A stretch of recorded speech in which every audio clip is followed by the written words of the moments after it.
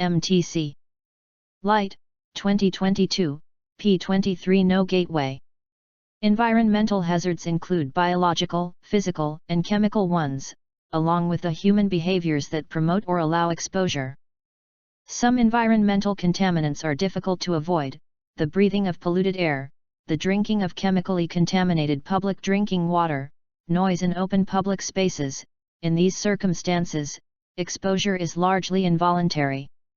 Reduction or elimination of these factors may require societal action, such as public awareness and public health measures.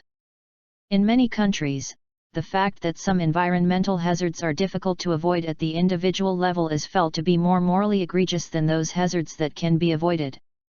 Having no choice but to drink water contaminated with very high levels of arsenic, or being forced to passively breathe in tobacco smoke in restaurants, outrages people more than the personal choice of whether an individual smokes tobacco. These factors are important when one considers how change, risk reduction, happens. Exercises. MTC. Good job. Let's start. MTC. Light, 2022, p23. No 01. There are two forms of strokes, little and big. The only difference between them is that one is the harbinger of the other. Many years earlier, before a full-fledged stroke develops, some of the victims may get temporary attacks of weakness of the body, and these are what are called minor or little strokes. One hears less about them since it is the big strokes which often kill, and that is why they are talked of more often. Little strokes occur in some people for a number of years prior to the development of a big event. The strokes are minor in nature and of varying intensity. A number of times these are missed since the symptoms are so peculiar and of varying intensity.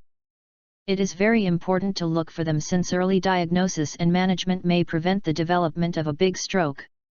MTC. Good job. Let's start. MTC. Light, 2022, p23. No 02. Cities harbor an impressive diversity of birds, both residents and migrants, though many species are in decline in urban areas. In Chicago, 5 to 7 million birds, some 250 species, pass through the city during peak migration times in fall and spring. Chicago 250-500-700. The city sits smack dab in the middle of the Mississippi Flyway, an amazing aerial superhighway that connects the northern and southern hemispheres. Mississippi Flyway. There are so many birds passing through that concerns about collisions with high-rise buildings have prompted the city to initiate a Lights Out campaign, aimed at turning off or dimming these disorienting lights. Studies by the Chicago Field Museum show that the program is effective in significantly reducing the mortality of migrating birds, and although participation in the program is voluntary, companies and building owners are clearly motivated to care for the birds. Chicago Field Museum. And of course, there are other benefits, including reducing energy consumption and greenhouse gas emissions and, not least, saving money. MTC. Good job. Let's start. MTC. Light, 2022, p23. No 03. It is an irrefutable feature of our world that everything each and every one of us does affects everyone else, everywhere, because we all share the same air. Little things like recycling your junk mail, installing energy-efficient light bulbs, and reusing grocery bags, all make a difference, although a seemingly small one. But along with the small changes, making a better future is going to require huge ideas and huge actions. We need to think big, because we are going to have to take big steps as a society. As Rick Smalley put it, we have to do more with less. Rick Smalley. We have to provide more food, more water, and more energy to more people, using not just less of Earth's resources, not just less fossil fuel, but no fossil fuel at all. We need to break free of our carbon shackles. I'm sure that if we understand energy and how its production affects the atmosphere, we can do all that.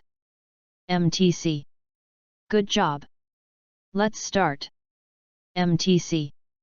Light, 2022, p23. No 04. Energy drinks are frequently marketed targeting young adults with declarations of increasing mental and physical energy levels as well as providing a short-term boost to mood and performance. However, some energy drinks contain almost 3 times the caffeine of an average carbonated soda. Although the acute mood effects associated with consuming energy drinks are often positive, regular consumption of energy drinks is associated with undesirable mental health effects such as anxiety, depression, and possibly mood disorders. In one study based on 136 undergraduate students, the authors observed that male students in general consumed more energy drinks than female students. 136. Moreover, students consumed energy drinks when they felt stressed out. However, consuming energy drinks on a regular basis was associated with lower academic performance. In another study based on 502 young males and 567 young females, the authors observed that energy drink consumption, 100 ml/day, was significantly associated with anxiety, though not depression, in males but not in females.